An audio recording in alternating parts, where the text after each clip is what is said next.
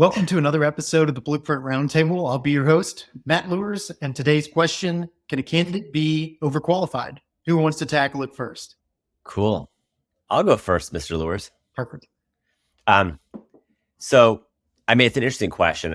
If the question is, can a hiring company feel someone's overqualified without that being age bias? I suppose the answer is yes. Do I think the question is a productive one to ask? Not really. And what I typically suggest to my clients is to take a step back and to ask themselves before they start a search, if they run into someone that has more experience than the minimum, what's the concern that they have that might lead them to see somebody's overqualified? And usually that falls into 2 or 3 buckets. It could be like a concern about flight risk. It could be a concern about fulfillment, or maybe a concern about growth path. But I think once you break it down to what your concern is, then you find other ways to vet for that, right? So if you're concerned that someone's a flight risk, right? How do you assess for the authenticity of their commitment to your business? Where do they see other opportunities for growth? Why are they excited the opportunity to be a part of your team? And if the answers are credible there, it's a way for you to assess for things that will help address that concern without this being about do they have too much experience, for the role itself. The question itself just speaks to assumptions that I recommend you shift away from and find other ways to vet. But you have to start with understanding what is it you're concerned about, and then build assessing to avoid that in your process. Yeah. Chrissy, what are your thoughts? I don't know if I'm maybe I agree. I mean, I think we just like to make blankets. We have to get away from also making blanket statements about things like everyone who's laid off is a low performer, or everyone who's done X is going to be Y, right? And fortunately or unfortunately, things are just not that black and white. There's just so much gray. Something that, as I have grown, I've just seen that things are just much more complex. And I think in this case, I think probably the majority of people are wondering why someone would want to get a job below what they are quote unquote qualified for, right? And make very, blanket thoughts of they must be desperate.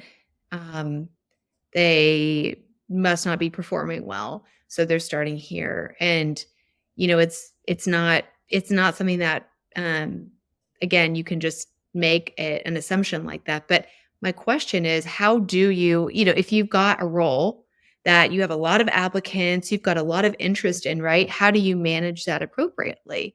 Because I think there's also an element, I understand, where people don't want to waste their time interviewing folks that are just not going to be the right fit and truly not interested once you get all the way through, or they wouldn't stay, right? So it's how do you vet for that? And when is there a time where you shouldn't even talk to them, right? If a former CEO is applying for a BDR job, does that qualify for that's not a good use of time? I'm not saying that even happens, right? But one could argue and probably I don't need to talk to them.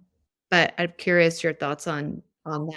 Right. Or it could, but in that situation, that's a great example where, and Matt, I'm curious for your thoughts as well on this, but if you have a former, leader or, executive interviewing for, an IC sales role, to me, this is less about are they overqualified, but do they have the skills to manage and close business in their territory? If they haven't done that work for 10 to 15 years, that's not an age bias issue. That's an issue of those skills may not be fresh. And so, maybe there's an assessment of how they've stayed current on that, or what kind of comparable work they've done. But if they've been strictly in leadership or executive leadership, right, there's a much easier way to make a decision if you're going to move on or not.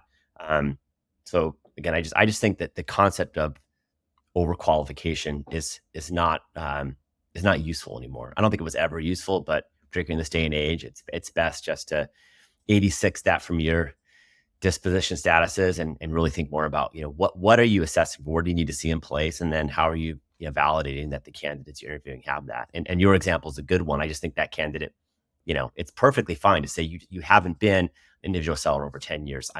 Your skills are not where they need to be for this role. If in fact you run that assessment of them, you may decide not even to move them forward at all based on that, right? Which I also think is reasonable. Matt, what are your thoughts?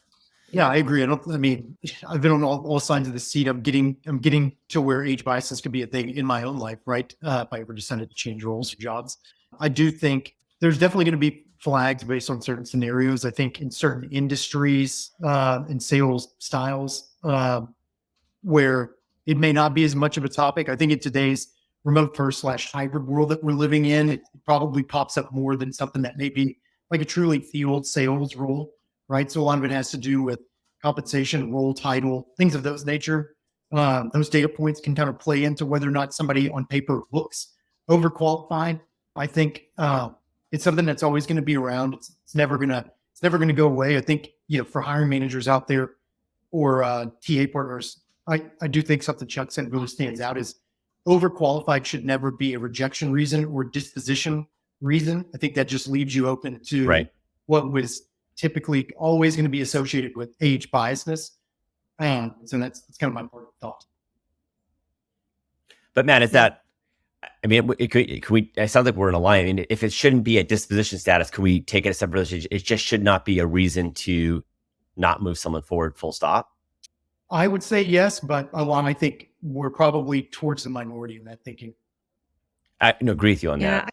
For me, I think there's an element where like, if the last, 8 years of your experience has been a senior leader of any type and you're going for the most entry level role and you have tons of applicants and tons of people reaching out, I could see why people would like, I'm probably not going to take the time to understand why they would want this. Right. Yeah. By the way, I'll give you all a great example. I know we haven't published this episode yet, but I just interviewed a former peer of mine who was, a managing director of sales for On24 after being, a director and a VP, who then bootstrapped and sold his own companies and spent the last 4 or 5 years working as an independent contractor in sales, and now just got hired for an IC role with Kaltura. He is going to crush it for that company, right? We don't see that overqualified objection for enterprise AE hiring, but the point being, like, if we don't see it there, like, we really shouldn't see it anywhere. We've all known folks who, are absolutely fulfilled and energized by the practice of sales development. Like, the same concepts apply there. It applies to me in any role. It's not productive, but a good topic. I mean, I think the whole manager to IC thing, I know we've talked about that, is just silly. People are like, but they've been in management. They must have been, like, that's just dumb. Like, tons of people go in and out of management for multiple reasons. And if you've ever been a manager or a good one, you understand why someone would want a break because it's a lot of work. Even if you really, really enjoy it and are really good at it, sometimes it's nice just to only have to worry about yourself or, at companies. Like, sometimes that can also, you can be the first one before the ICs or, whatever that is. So I think everyone is trying to find, more stability these days, right? So the reasons that they apply are a lot more vast than they were 10 years ago, because there's more options, but people are also trying to look for places. Companies are trying to prevent job hoppers, but candidates are trying to make sure that companies aren't layoff happy, right? Or like, so everyone's assessing on that end. But perfect. Well, I think that's just pretty much to time. Great work, great participation across the board. Thank you all. See you on the next episode. Ciao, everyone.